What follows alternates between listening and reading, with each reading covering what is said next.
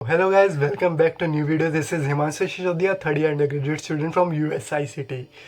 सो यार काफ़ी बच्चों के डाउट्स आ रहे हैं कि भैया यार हमारी तो हाई रैंक है और हमें एडमिशन नहीं मिल पा रहा है।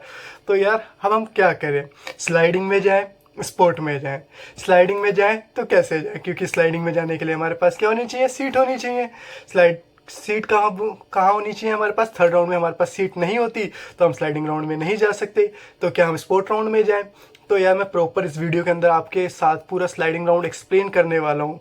और हाई रैंकर्स वाले बच्चों को घबराने की बात नहीं है, ठीक है? क्योंकि यार हाई रैंकर्स वाले बच्चे सोचते हैं यार हम सीधा स्पोर्ट राउंड में जाएंगे या स्लाइडिंग राउंड में जाएंगे। तो यार इतना मत सोचो, ठीक है? क्योंकि यार जब अभी तक जैक और जोसा की काउंसलिंग स्टार्ट नहीं हुई थी, इस वजह से जो राउंड 1 की जो कट ऑफ थी वो थोड़ी हाई चली गई, ठीक है? लेकिन अब ऐसा होने वाला नहीं है। राउंड 2 में थोड़ा सा फ़र्क दिखेगा, कट ऑफ थोड़ी हाई रहेगी, लेकिन राउंड 3 और स्लाइडिंग राउंड तक आते आते जो आपकी कट ऑफ है वो पूरी स्टेबलाइज हो जाएगी। क्योंकि उस टाइम तक आपके जो राउंड जो जैक और जोसा की भी सीट्स क्या हो जाएंगी? अलॉट हो जाएंगी, उनका भी राउंड 1 का रिजल्ट आ जाएगा, ठीक है? तो जो आपको आपको पता है कि जो अभी यार नोटिस भी आ चुका है, ठीक है? राउंड 2 की चॉइस फिलिंग स्टार्ट होने वाली है और आज से रजिस्ट्रेशन चालू हो चुके हैं जिन्होंने फ्रेश रजिस्ट्रेशन चालू नहीं करे, ठीक है? तो आज 13 सितंबर है। 13 सितंबर से जो है रजिस्ट्रेशन IPU के फ्रेश रजिस्ट्रेशन अगेन जो विंडो है पोर्टल खुल चुका है। तो जिन्होंने रजिस्ट्रेशन नहीं करवाए थे वो दोबारा से रजिस्ट्रेशन करवा सकते हैं। तो यार हम टाइम वेस्ट नहीं करेंगे ज़्यादा, तो वीडियो हम स्टार्ट करते हैं। तो यार सबसे पहले IPU के अंदर क्या होते हैं यार? आपके 3 राउंड्स होते हैं, first round, second round, third round. And third round के बाद आता है यार आपका sliding round, internal sliding round, ठीक है? तो यार बच्चे जो हाई रैंक वाले होते हैं उनको सीट्स नहीं मिल पाती।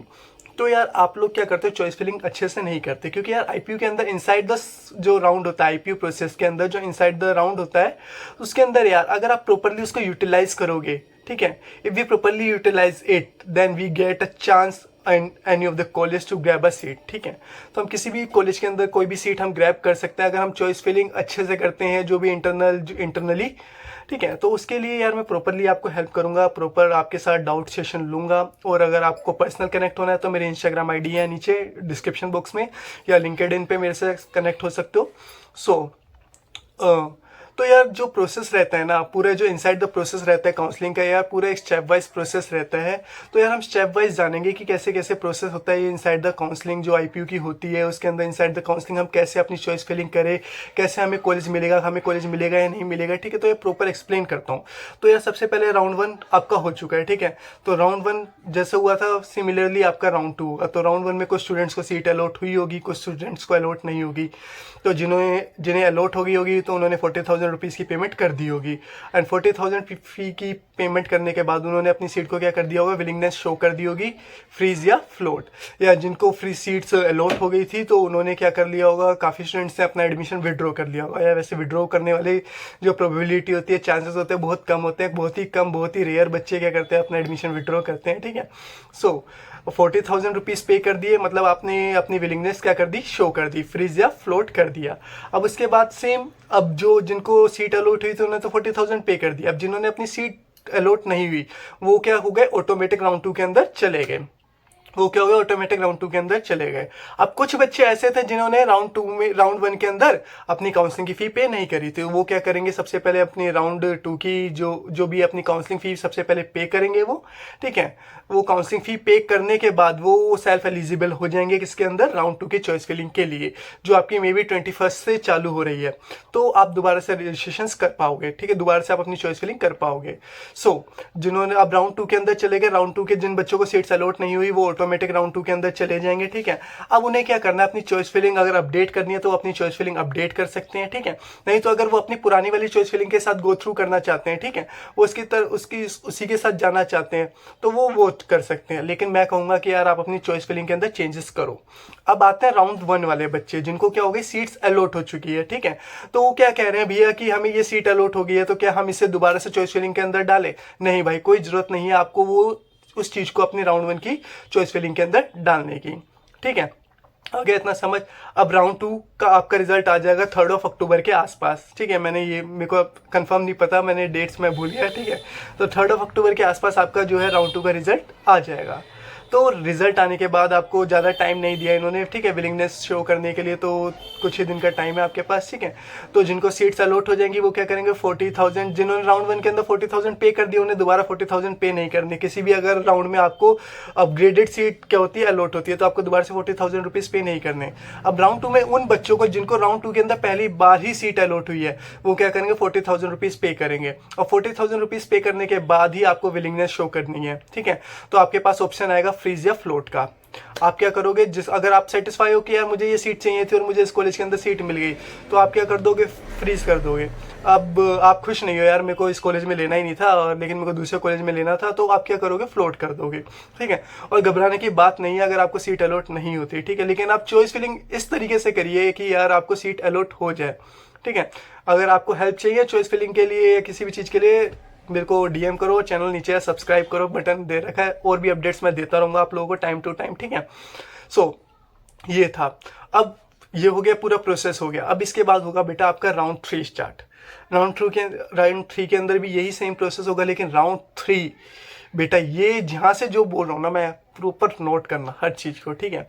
राउंड 3 के अंदर जो आप चॉइस फिलिंग करोगे वो ही कंसिडर होगी आपकी स्लाइडिंग राउंड के लिए चॉइस फिलिंग। किसके लिए, स्लाइडिंग राउंड के लिए चॉइस फिलिंग। उसके लिए स्लाइडिंग राउंड में आपको कोई भी चॉइस फिलिंग का ऑप्शन नहीं मिलेगा।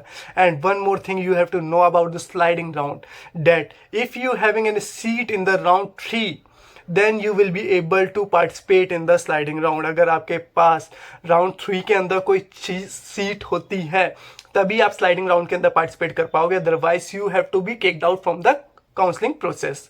आपको काउंसलिंग से निकाल दिया जाएगा, ठीक है। तो आपके पास 3 ही राउंड थे, वो 3 राउंड क्या हो गए, खत्म हो गए। अगर आपको स्लाइडिंग राउंड में क्या करना है, पार्टिसिपेट करना है, तो आपके पास कोई ना कोई सीट होनी चाहिए, ठीक है। तो आपको क्या करना होगा, जो राउंड 3 की चॉइस फिलिंग है यार वो इस तरीके से करो कि यार आपको कोई ना कोई सीट क्या हो जाए, अलॉट हो जाए। कोई ना कोई सीट अलॉट हो जाए, हो ही जाएगी, घबराने की बात तो है नहीं, ठीक है। सो स्लाइडिंग राउंड का सबसे बड़ा बेनिफिट पता है क्या होता है, एक तो यार वहाँ पे लिमिटेड नंबर ऑफ स्टूडेंट्स रह जाते हैं, लिमिटेड नंबर ऑफ स्टूडेंट्स। अब बोलोगे भैया कैसे, ठीक है, क्यों यार देखो, जिन बच्चों को सीट्स अलॉट होगी, ठीक है, वो ही जाएंगे, ठीक है, किसमें, स्लाइडिंग राउंड में, ठीक है। और जिनको यार अपनी पसंद का कॉलेज मिल गया वो तो पार्टिसिपेट करेंगे नहीं स्लाइडिंग राउंड में, ठीक है, वो तो अपनी पहले ही फ्रीज कर चुके होंगे, ठीक है। अब पार्टिसिपेट कौन करेंगे, जो अपनी सीट से सेटिस्फाई नहीं है। तो यार सीट से सेटिस्फाई बहुत रेयर ही बच्चे होते हैं जो सीट से सेटिस्फाई नहीं होते, ठीक है, वो क्या करते हैं, स्लाइडिंग राउंड में पार्टिसिपेट करते हैं, ठीक है। अब वो क्या करेंगे, स्लाइडिंग राउंड में पार्टिसिपेट करेंगे। अब पहले कंपटीशन आपका एग्जांपल ले लेता हूँ कि पहले जो कंपटीशन था, पहले जो काउंसलिंग के प्रोसेस में बच्चे बैठ रहे थे आपके 5 लाख, ठीक है। अब 5 लाख में से 4 लाख को सीट्स मिल गई, 1 लाख ऑटोमेटिक कम हो गए, ठीक है, 1 लाख ऑटोमेटिक कम हो गए। अब उनसे आपका कंपटीशन खत्म, ठीक है। अब 5 लाख में से 4 लाख को सीट मिली, 4 लाख में से बेटा आप मान लो 2.5 लाख बच्चों को अपनी सीट से वो क्या है, सेटिस्फाई है, तो वो स्लाइडिंग में पार्टिसिपेट करेंगे नहीं।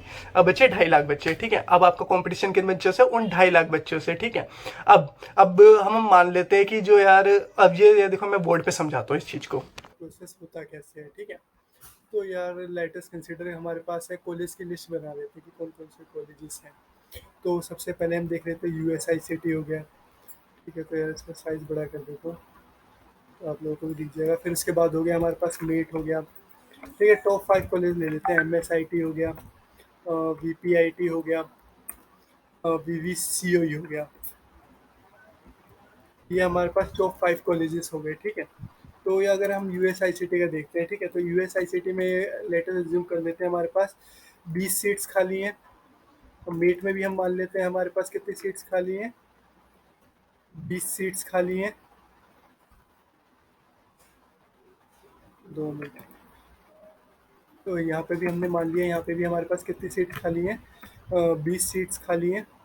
तो इन सब ब्रांचेस में 20-20 सीट्स खाली हैं। मेन मोटा मोटा हम लोग ये बोल रहे हैं, ठीक है। तो अब बच्चों की क्या हुई सीट्स बेटा, क्या हुई, अपग्रेड हुई, क्या हुई, सीट्स आपकी क्या हुई, अपग्रेड हो गई। जैसे कि यहाँ पे मैं बता देता हूँ, हाँ। अब ये जो सीट्स हैं, अब देखो, अब USICT वालों की तो सीट कोई अपग्रेड नहीं होगी, ठीक है। तो ये USICT में 20 वैकेंट सीट्स हैं, ठीक है। मेट में भी कितनी वैकेंट सीट्स हैं, 20। MSIT में भी आपकी 20, VPIT में भी आपकी कितनी है, 20, ठीक है। तो ये आपकी वैकेंट सीट्स हो गई, ठीक है। तो यार अब बात आती है, ठीक है, कि अब देखो, अब जो बच्चों को, अब ये जो एमएसआईटी जो मेट वाले बच्चे हैं उनका चांसेस हो जाएगा कि उनको किस में मिल जाएगा, मेट में एडमिशन मिल जाएगा। किस में मिल जाएगा, मेट में। एमएसआईटी वालों का चांस हो जाएगा किस में मिल जाएगा, मेट में। ठीक है, बीपीआईटी वालों का चांस हो जाएगा कि उन्हें किस में मिल जाएगा, एमएसआईटी में।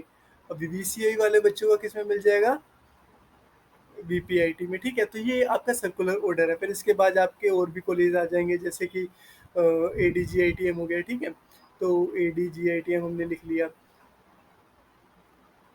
तो मतलब मोटा मोटा मैं ये कह रहा हूँ, अब ये आपके पास कितने हैं, ये 5 कॉलेज हैं। ठीक है, तो टोटल यार आपके पास 100 सीट्स यहाँ पे क्या है, वैकेंट है।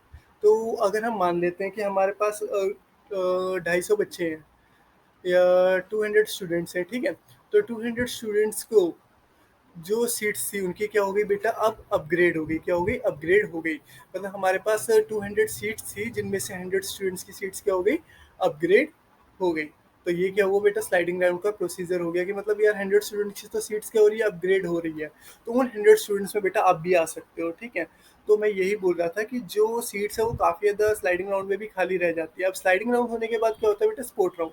जो स्पोर्ट राउंड होता है ना यार, आपका जैक जोसा और इसका आईपी का एक ही सेम ही टाइम पे चल रहा होता है। तो जिस वजह से ना, तो जो आईपी, जिन बच्चों को जैक जोसा में मिल जाता है वो अपनी आईपी की सीट छोड़ के कहाँ चले जाते हैं, जैक जोसा में चले जाते हैं। तो यार स्पोर्ट राउंड में भी ना काफ़ी अच्छे अमाउंट ऑफ हमें सीट्स देखने को, वैकेंट देखने को मिलती हैं। ठीक है, तो यार 100 बच्चों का तो इधर एडमिशन हो गया, 100 बच्चों का यहाँ से एडमिशन हो गया, किसमें, स्लाइडिंग राउंड में। किसमें एडमिशन हो गया बेटा आपका, स्लाइडिंग राउंड में। अब जो बच्चे बच्चे ठीक है, अब जो बचे हुए बच्चे, ठीक है, उनका किस में हो जाएगा बेटा, स्पोर्ट राउंड में। ठीक है, अगर उनकी, अगर जो सीट्स हैं वो वैकेंट रहती हैं, तो जो रेस्ट बचे हुए हैं उनका किस में हो जाएगा बेटा, आपका स्पोर्ट राउंड में।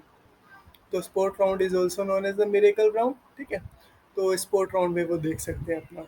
तो ये था यह पूरा प्रोसेस। और अगर आपके कोई भी डाउट है ना इससे रिगार्डिंग, तो यार आप मुझे पर्सनली, नीचे डिस्क्रिप्शन बॉक्स में मेरी इंस्टा आईडी कनेक्ट है, वहाँ पे मेरे को रिप्लाई कर सकते हो, वहाँ पे पर्सनल मुझे मैसेज कर सकते हो। नहीं तो नीचे डिस्क्रिप्शन बॉक्स में मेरा टेलीग्राम चैनल का लिंक है, वहाँ पे आप मुझे मैसेज कर सकते हो। नहीं तो यार आप नीचे कमेंट सेक्शन में लिख दो, मैं रिप्लाई कर ही दूंगा। एंड और यार चैनल सब्सक्राइब जरूर कर देना। तो यार यही सब था आज इस वीडियो में जो हमने डिस्कस करना था। एंड स्लाइडिंग राउंड यार काफ़ी अच्छा राउंड है, और चॉइस फिलिंग जो थर्ड राउंड की है वो काफ़ी अच्छे से करिएगा आप लोग। And don't forget to like, share and subscribe.